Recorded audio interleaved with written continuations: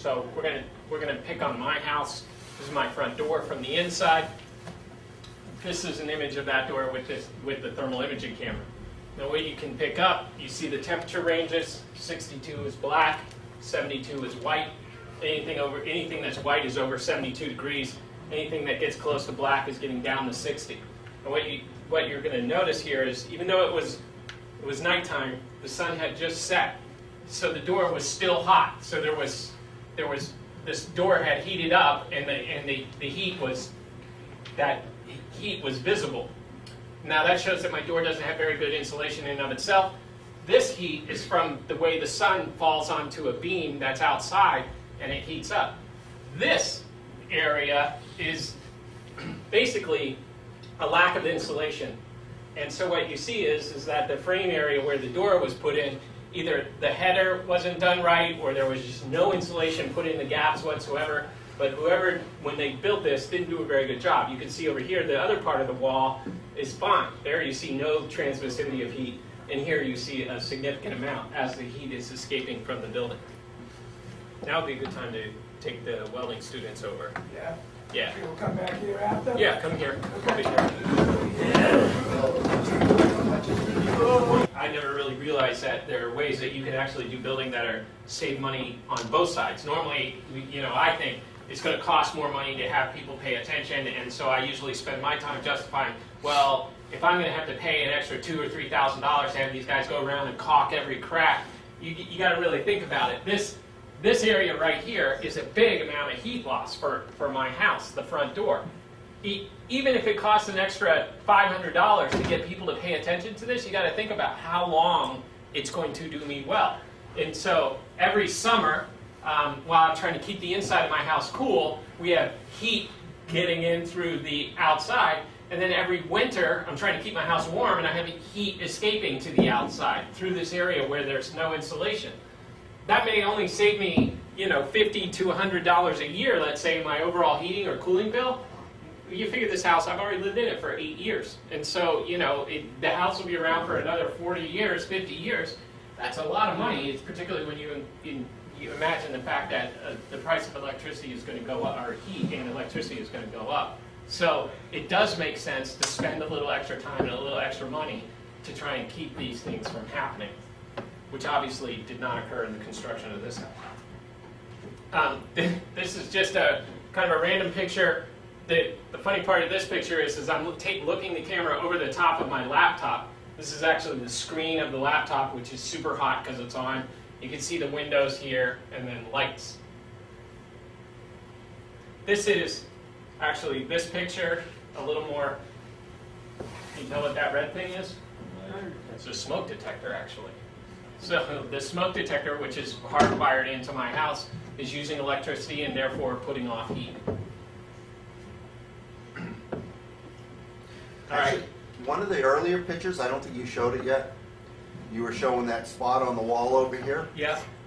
Do people use that tool at all for finding electrical sources in a wall Yes. that they might have missed? Yes. And they also look at, you can find areas where the wiring is not correct because the resistance will build up and the wiring will be hot. So Yep. you point it at like a box, Yep.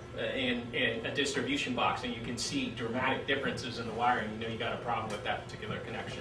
What he's trying to say is not only does that pick up heat loss, but electricity, when it's being used, generates heat. Think about putting your hand on a light bulb when it's been burning. It's very, very hot. So, for instance, if you had to do some demolition on that wall right there, and you had no way to see on the other side, you can't just, make a small hole. They were able to use that machine, and they found that behind this wall, there's actually an electrical panel back there. Some major electrical source right back there. And if you were just to start smashing into it, you could hit that, electrocute yourself, or, have the whole school lose its power. So one of the things I wanted to show you, and this is my wife's desk and her computer, but imagine this computer in the pre-engineering room. I think there's probably about 26 computers. We talked about how much heat they put out, which may be in a strange way might be beneficial in the winter because they're dumping heat, but in the summer, if you're trying to keep the building cool, it's obviously going to be fighting against you. This is how much heat comes out of a computer. You can see that this is 78 degrees right now, and it probably is way higher than that. But this is the front of the computer. You know, they have fans on the back. The air comes in the front, goes out the back. This is a little side window fan, and you can just see how much heat comes pouring out of the back of a computer.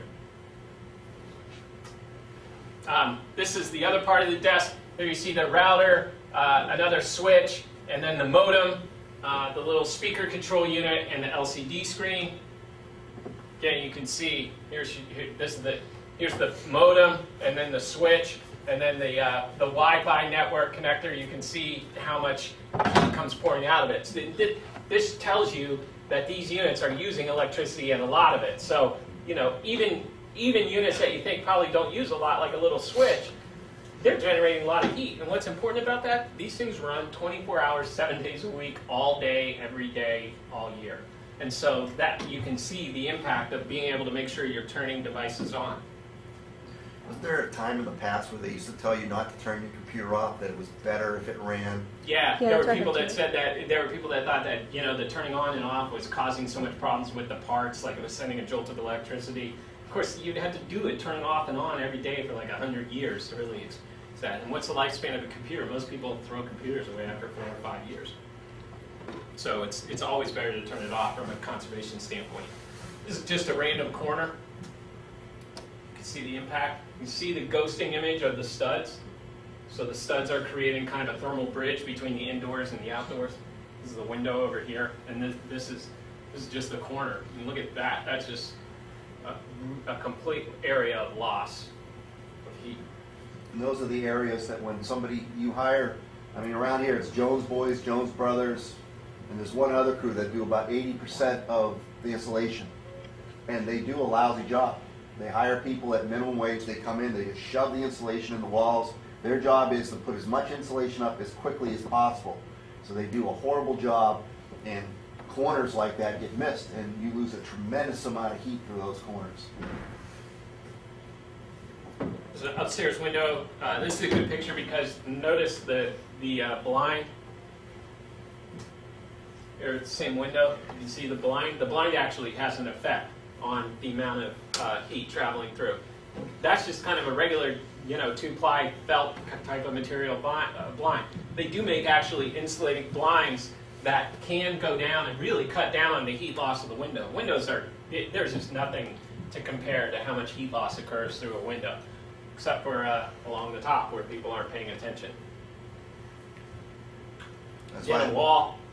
So I thought it was amazing how when you do your heat loss calculations for a house, if you have somebody who wants that view, so they put a lot of windows in, they say, oh, well, we'll make up for it by over-insulating the floor, and that'll make up for it. Well, you're still losing all that heat out of the window, you know. So Yeah. it's tough. It's tough to convince people that you get to a point where you're spending thousands and thousands of dollars on insulation of the wall, and it really doesn't matter because it's all about the windows. And you know, cutting corners on the windows is the worst thing to do. But then again, replacing the windows isn't really justified in some cases because the benefit you get is not that much, unless you have really bad windows like single pane windows that are uninsulated. This again is this portion of the room. You see a wall below a window. You can see all the blue over there. This is not I don't know what's going on here if they just didn't do a very good job, but you can see some of the walls seem to be holding insulation better. There's obviously some kind of break here where the bottom of the window frame is, and then above it, it seems to be insulated, but below it, it does not. Do you know if you have a cellulose insulation, a blown in, or do you have like Back. the bad insulation? Yeah. Okay. This is the front of the house. So now we've gone outside, and now we're looking at the way the heat signature works on the outside. And so what you can see is now the heat pouring out of the building. And, you know, the windows, this is the killer part, around the door. So, you know, it's time for me to go back and look at the weather stripping around the door. Actually, you know, the idea that I would replace my entire door is now not outside the realm of possibilities, considering the above part is not even insulated at all. And then you can see some of the heat areas around the window.